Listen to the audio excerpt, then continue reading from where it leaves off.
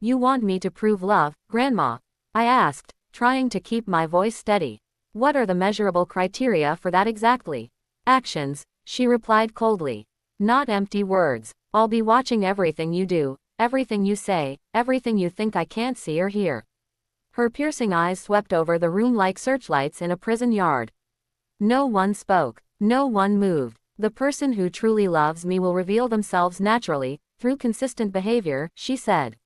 Maya looked distressed, not about the money, but about Evelyn's worsening health. Grandma, are you sure about this?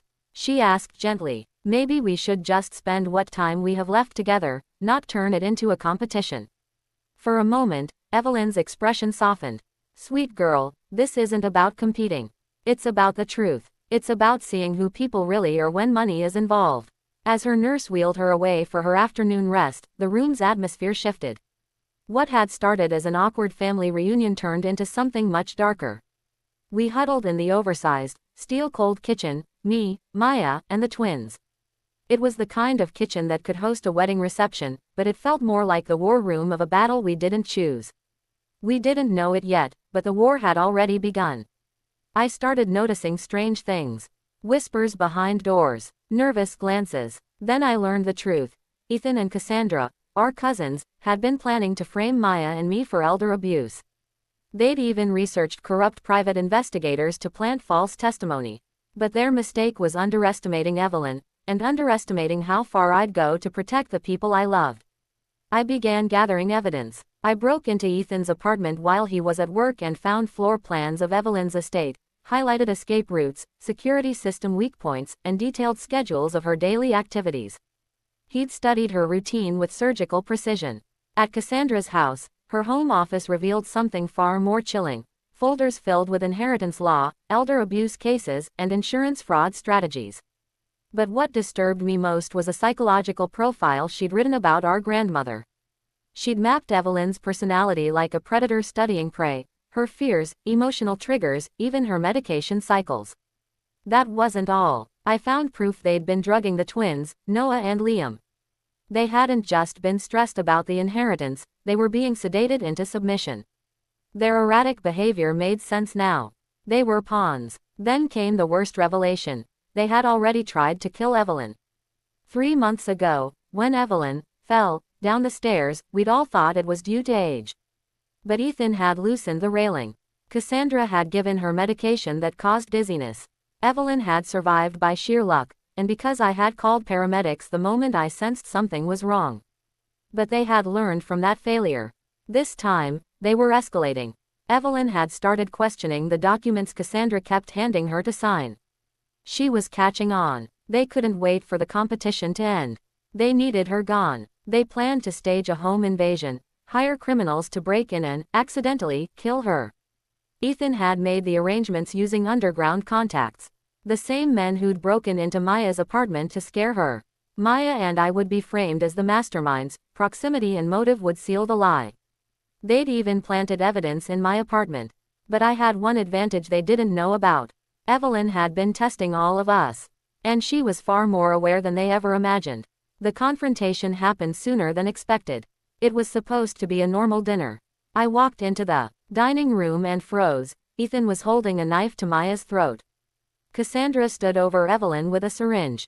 You've been a problem, Cassandra said calmly, like she was discussing a business merger. Too curious, too protective. It's time to accelerate our timeline. Let them go, I said, slowly raising my hands. This is between us. It's about $47 million, Ethan snapped, pressing the blade closer to Maya's skin. And you're standing in our way.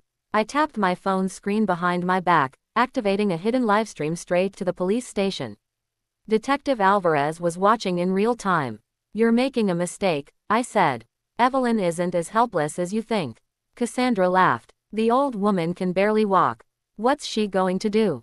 That's when Evelyn's voice cut through the tension, stronger than it had been in months. I can do this. She pressed a hidden button on her wheelchair. Instantly, the house sealed shut. Steel shutters dropped over the windows. Every door locked with a thunderous finality. What the hell? Ethan yelled, loosening his grip on Maya.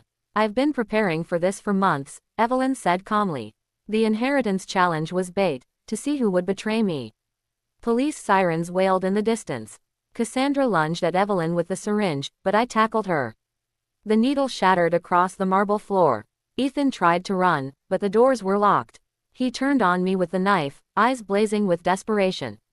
You ruined everything. We fought brutally, overturned chairs, broken glass, screams. He was stronger, younger. But I was fighting for my family. Then Maya struck him from behind with a heavy brass candlestick. He collapsed. The police burst in seconds later. Officers swarmed the room. Cassandra fought like a cornered animal, screaming about setups and legal rights as they cuffed her. You can't prove anything, she shrieked. But we had it all, on video. Confessions, threats, attempted murder. There was no escape. The twins were found unconscious in the garden shed, drugged and stashed out of the way. They were rushed to the hospital. Evelyn, despite everything, insisted on signing her final will that very night. With the police and her attorney present, she made it official. I want this finished tonight, she said. I won't give them any chance to contest it. The months that followed were chaos, media, trials, courtrooms. Ethan and Cassandra were sentenced to life without parole. The evidence was overwhelming. The twins recovered slowly. Noah went to rehab. Liam began therapy. They were devastated by what had happened. 6 months later, Evelyn passed peacefully in her sleep. Maya and I were by her side, holding her hands as she slipped away, not in fear or pain, but surrounded by love. Her final words were soft. You showed up when it mattered most. The reading of the will was a formality. Maya inherited $30 million and used it to enter medical school, specializing in geriatric care. The twins received $2 million each, enough to rebuild if they chose to. I received the rest, $15 million, the mansion, and control of Evelyn's business empire. But the true inheritance was far greater. Maya and I used a large portion of the money to start the Evelyn Foundation, dedicated to protecting the elderly from financial abuse and family manipulation. We funded a legal clinic to help families resolve disputes without violence. Over the years, the foundation helped hundreds of vulnerable seniors find safety and peace. We trained social workers, supported safe housing, and created emergency legal aid programs. Evelyn's mansion became a senior living center, secure, warm, and protected. Maya visits it every week. She's married now to a kind-hearted doctor. They're expecting a baby girl next spring. They're naming her Evelyn. I learned that inheritance isn't about money. It's about character. It's about what you do when no one is watching, when love is being twisted, and loyalty is being tested. When evil wears a familiar face. When it mattered most, I chose to protect. And that was the real inheritance.